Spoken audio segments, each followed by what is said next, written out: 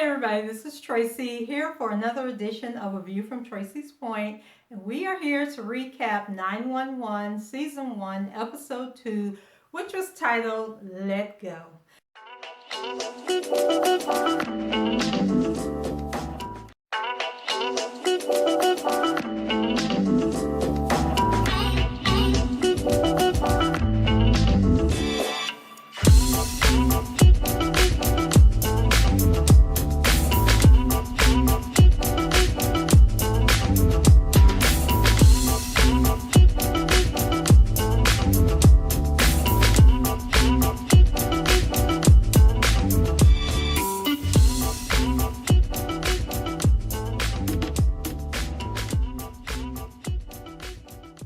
So the show opens up and we're at an amusement park and these people get ready to go for a ride on a roller coaster, and the ride takes off and then all of a sudden all hell breaks loose, and there was a Asian, well, he looked like he could have been like Filipino, and a black guy, and their names were Devin and Chad. And so when the ride, I don't know if the ride left the track, no, their bar, the safety bar came loose. Chad flew out of the seat, just went airborne. And so he was the black guy, so we pretty much know he was a rap when he left that thing the way he did. And so I guess the ride ended up upside down, and then that caused Devin to fall out. So like I said, Devin was Filipino, but he was a big guy, and so he's holding on by the seat belt and by the bar handle, and Buck ends up climbing up on top of the ride and then coming down, and so he's trying to get Devin to take his hand so he can put the harness on and pull him up. But Devin is afraid, and he keeps asking, what happened to Chad? Is Chad okay? And so they lie to him and tell him that Chad was on the way to the hospital. But I think deep down inside, Devin knew that Chad was gone. So all of a sudden, he just let go and splattered on the ground. I was just like, oh my God. So of course, this just like really messed Buck up, because that was the first time that someone he tried to rescue had died. So he was kind of messed up. So he went to the memorial service that they had for Devin, and he ended up talking to Devin's sister Liz. And of course, Liz was upset, and I think she asked him what happened, and he was just honest with her and said he gave up. He let go. So she was like, that's not true. My brother wouldn't have did that. You just didn't do your job, and it's your fault that he's dead.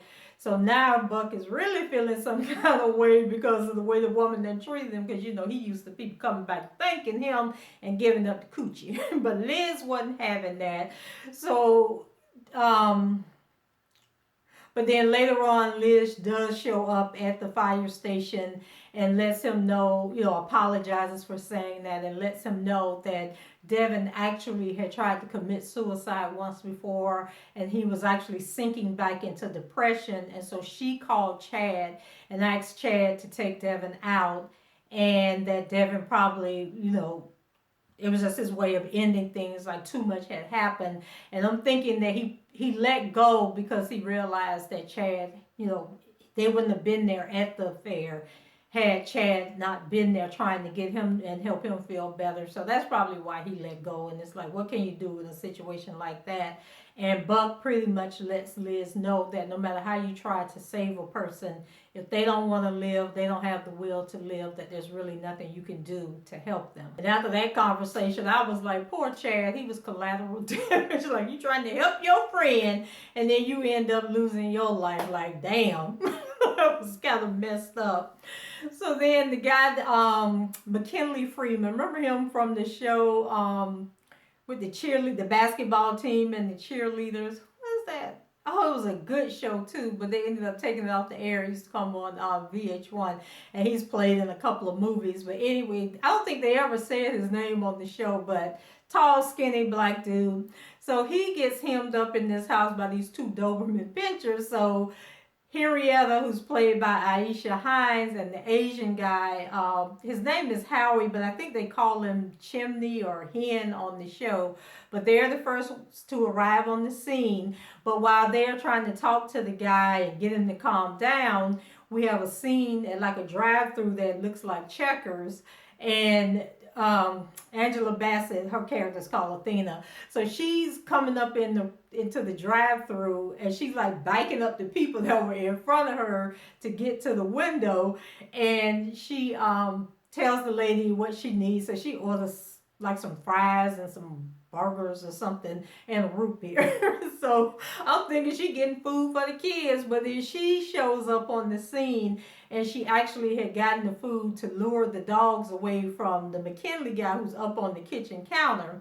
So after they get the dogs away and lock them into this room, the McKinley guy is like trying to come on to Athena and telling her how sexy she is, and he's so grateful. So her and Henrietta end up outside, and I think the dog catchers was there trying to take the dogs away. So they thought that McKinley was the owner of the house and that these dogs got into the house and had him hemmed up like that. So they get to talking, and they're talking about Henrietta tells Athena that, oh, that guy was feeling you, and now that your man's sleeping with other men, you might as well go on get your groove on. Like, why you gonna be living in this loveless marriage? And that brother was hot. But Athena, she's like, girl, I still got this ring on my finger, and I'm gonna honor my vows. And Henrietta looking at her like, I don't know why you honoring your vows, because your man ain't honoring his. And why they get these sisters, these old country names, Henrietta and Athena? First y'all make the woman man gay, now y'all gave them these bad names. But anyway, as they're talking, Athena gets distracted, and she's like, was that glass door open when you got here? And Henrietta was like, no. And she's like, and neither was the front door. And so they put two and two together and realized that McKinley was actually a burglar and that they had to let him go. And so at the same time, the homeowner arrives. He had went to the grocery store.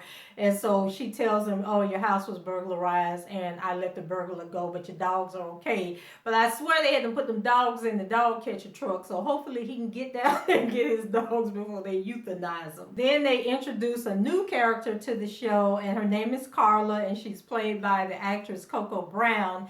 And so she is the nurse for Abby's mom, because remember Abby's mom has Alzheimer's. So Carla's having man issues too. So I guess sisters just can't have a healthy, happy relationship on television. So the two of them, they're sitting down drinking wine, having a conversation about dating and about Carla's man acting the fool. When they realize that Buck is on television, so he's being interviewed by the CNN-esque show, and they tell him that, so it's about the roller coaster thing, but not about the two people dying, but how he's become this social media sensation.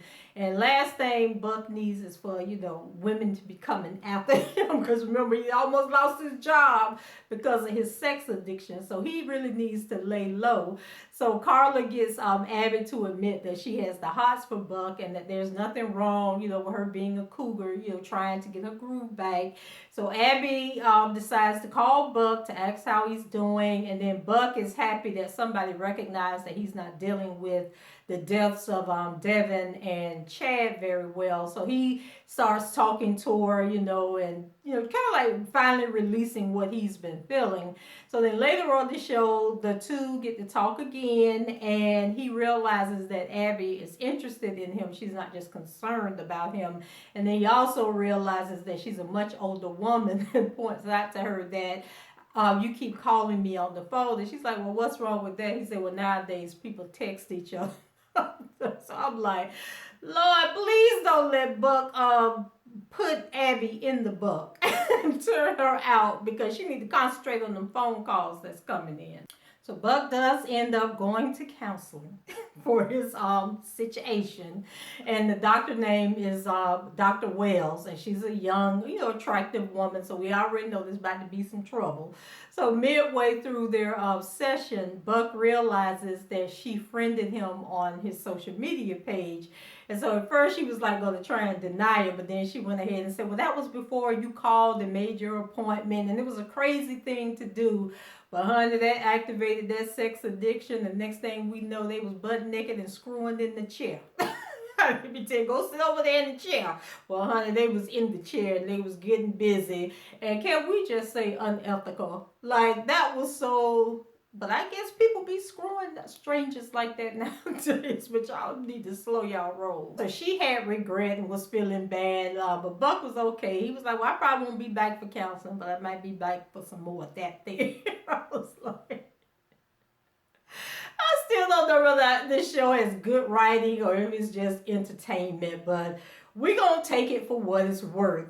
So then the next call that comes in, we have these two ladies and they're sitting at a conference room working on briefs.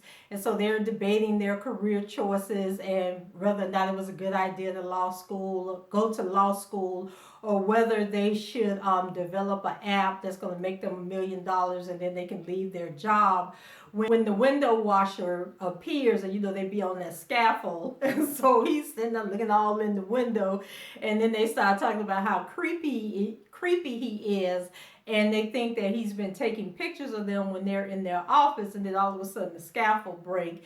And I have no clue what happened with that situation, because I know Buck and Bobby arrive on the scene, but Buck doesn't want to be the one that's going to go up and rescue the guy.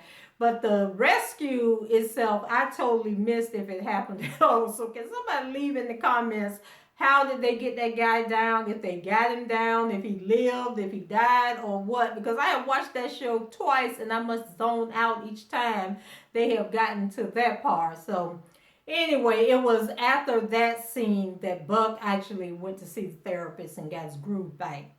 So then the next call was a guy threatening to jump from a high-rise building because his girlfriend had cheated on him. And so now that Buck got his mojo back, he tells Bobby, he'll go on up to do the rescue. He go talk to the girl or try to talk the guy, down.